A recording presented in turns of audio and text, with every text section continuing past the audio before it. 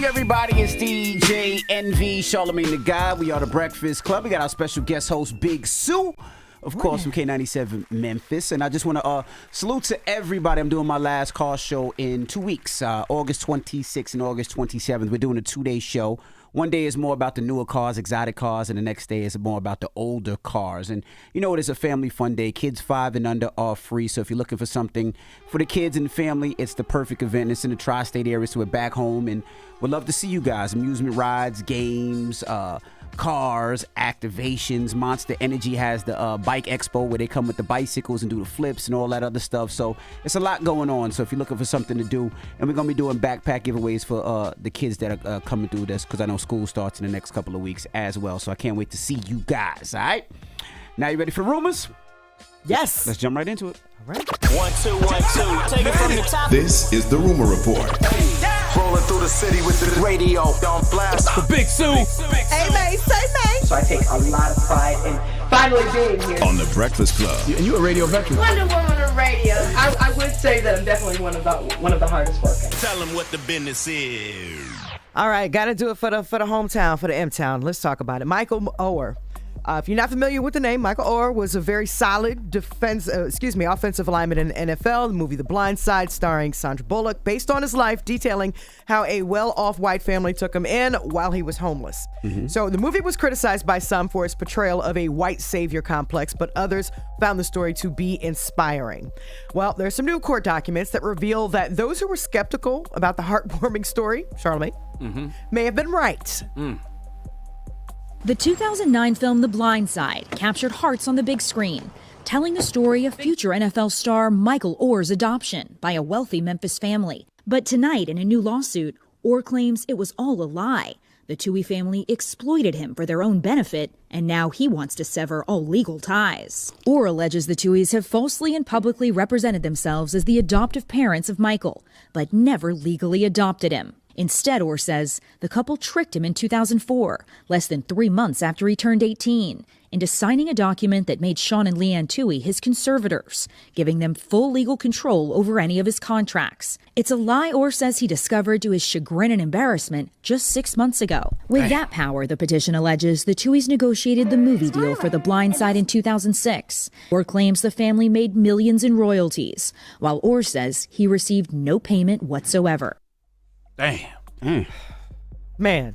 I remember watching that movie when I was young, man, and just thinking to myself, I always felt like that couple took that man in and he was smashing the wife.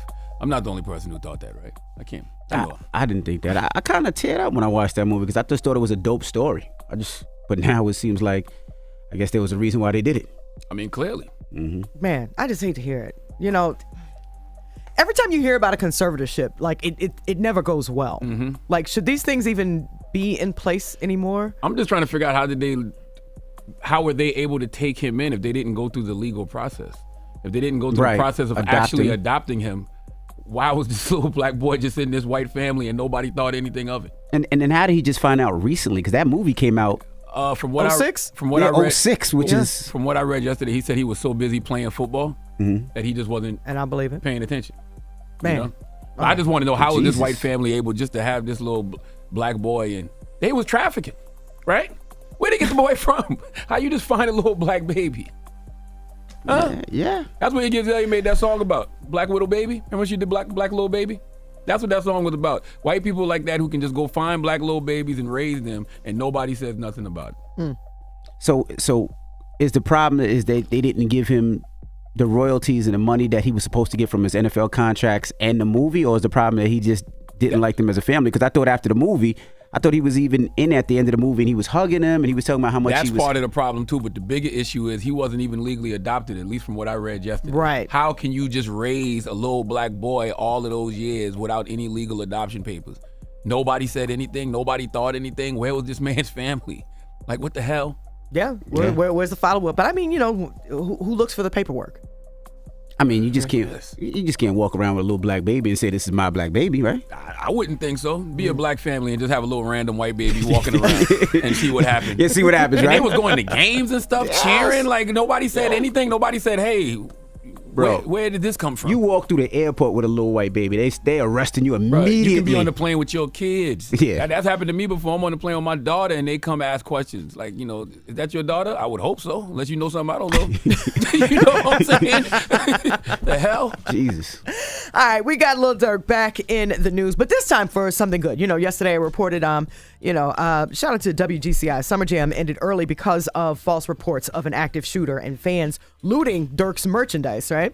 So now he's collaborating with his Neighborhood Heroes Foundation to provide Chicago youth with financial literacy classes. I love when artists do this. Like when 21 Savage did as well. Well, it's being reported that they will also provide additional services like therapy for the youth. I love it. Yep. Durk's Neighborhood Foundation was started in 2020. And this isn't anything new for Durk. He's been no stranger to philanthropy throughout his career. He reportedly donated $350,000 to Howard University in the form of scholarships and grants. And he and his team also offered select students the opportunity to join his Neighborhood Heroes HBCU College and Career Readiness cohort program. So shout out to Durk. Dropping the blues bombs for Lil Durk. Shout out to Durk. That's all we got? No, we got one more story, and I lost it, man. But it was about Chloe and Halle apparently ordering some room service at the hotel, and they were looking for a vegan burger and got served a real burger. Yeah, they ordered a plant-based burger, and it turned out. Yeah, we got audio. It was animal. I called to get a Beyond Burger for Sis and I, like usual. Specify that it's vegan, no butter on the bun, nothing like that. So we get the burgers, and she's eating the burger. She's like, "Are you sure this is Beyond?" She said, "This is really good. It sure is Beyond." I said, "Yeah." So I take a bite, and the juice dripping from the burger is not like a Beyond Burger. I just knew it was not a fake burger. I immediately called downstairs. I said, "They're vegan burgers?" He said, "No, they're brand burgers." I said, "Brand burgers?" I said, "Beyond Burgers." So immediately I'm losing my... I'm crying. Hallie's just laughing so hard at me because I'm freaking out. I've been vegan for 10 years. I have not consumed any red meat for 10 years. Wow. I wonder if every time I bite into a great plant-based burger, is that really meat of some sort? Because I've been eating some great plant-based burgers lately, and they have been making me wonder. Are these really vegetables or plant-based? Because they do say that if you are vegan for a long time and you do have animal meat, that you get sick, right? Yeah. Like it'll make your stomach turn, you can throw up, and you'll get very, very sick. So I wonder if that happened to... You should call your cousins, man. How fast did Holly eat that she ate the whole burger and Chloe only took a bite? That's the other thing I keep wondering. Holly ate the whole goddamn burger and all Chloe did was take a bite? Man. Right. She was you hungry. order food at the same time? But did you hear her? She said, "Man, I ain't never tasted a burger that good. That burger tastes too good." And she to could be just vegan. ate the whole damn thing? She was hungry. Yeah, they can't duplicate that real grilled beef flavor. Holly was trying to finish that burger before the jig was up. She knew what it was. She said, as long as I finish this burger before I find out it was actually meat, I'm good. I'm good. We know what the hell going on, Holly. Oh, my goodness. And that is the rumor report. All right. Charlamagne, who you giving that donkey to? For after the hour, we need Donald Trump and the whole OCL to come to the front of the congregation. We'd like to have a word with them. The what? The OCL. What the hell's the OCL? Old Caucasian life. Oh, boy. Is that a new gang? All right. Well, we'll get into that next when we come back. It's The Breakfast Club. Good morning. Wake that ass up. Early in the morning. The Breakfast Club.